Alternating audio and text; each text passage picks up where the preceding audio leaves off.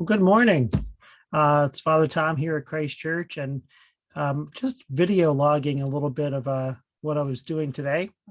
We had our Bible study yesterday, which is a terrific experience, and thankful to Mother Karen for leading us each week. We actually had two of the members of the Bible study lead us last night, and in response to one of the thoughts, I shared how I think we were talking about the parable of the lost coin, how we keep looking for it and it feels like sometimes a metaphor of when we feel lost. But last night it really dawned on me times when I sort of feel like maybe we've lost sight of Jesus. We sort of feel like he's not around, or somehow we've just sort of lost touch and can't find him. And yet when we make the conscious decision to look for him, there he is. It's almost like Jesus says to us, I was here all along, like that old story when he was young himself, about 12, and stayed behind in the temple and scared his parents to death.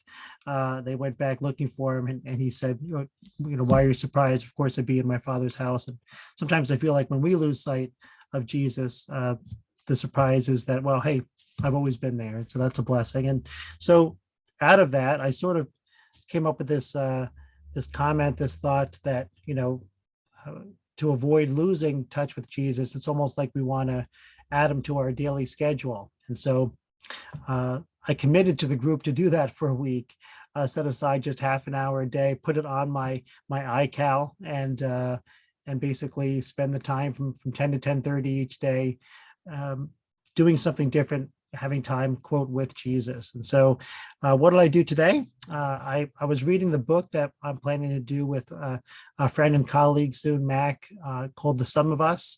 Heather McGee, a terrific writer, really enlightening book. Hope you'll be able to join us if it's something you might want to set aside some time for. Most likely Thursdays, 7 o'clock, starting next week. But I got to this chapter where it's talking about healthcare, and as I'm reading through it, I'm hearing actual names and stories where somebody was, in one instance, a spouse who felt stomach pains, some severe stomach pains, and put off going to the doctors because even though her husband encouraged her to go, she said, "We don't have the money to go," and so we hoped it would just get better.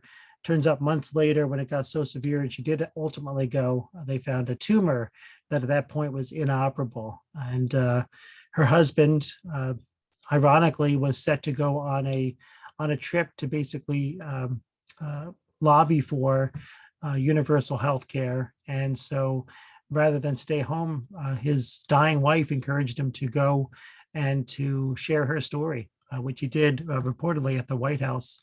And so there was that story, and then there's another story in which uh, someone who was also on the path of trying to encourage healthcare for all had his own daughter become very, very sick, and shared this story that she had a condition called lupus, and it could be treated, very treatable. Um, I believe it's a chronic, lifelong illness, but treatable.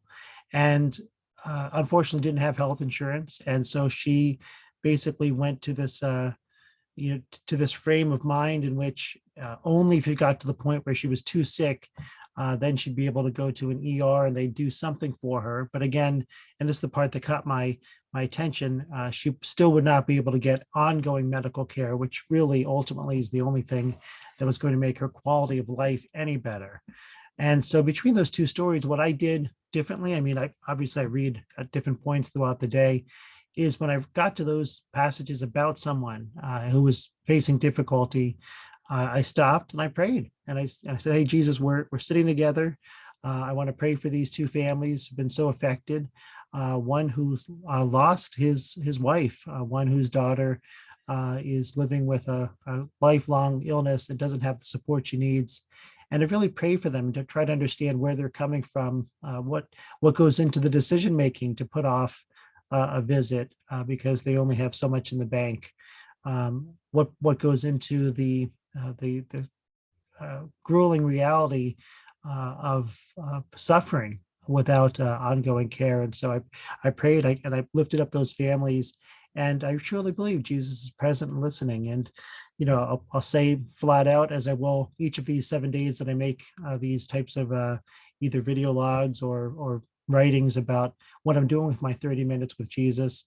I'm going to keep saying that, my point of praying and being with Jesus is not to necessarily, ask for a one-to-one, please heal that person. And my expectation then becomes that that person is healed.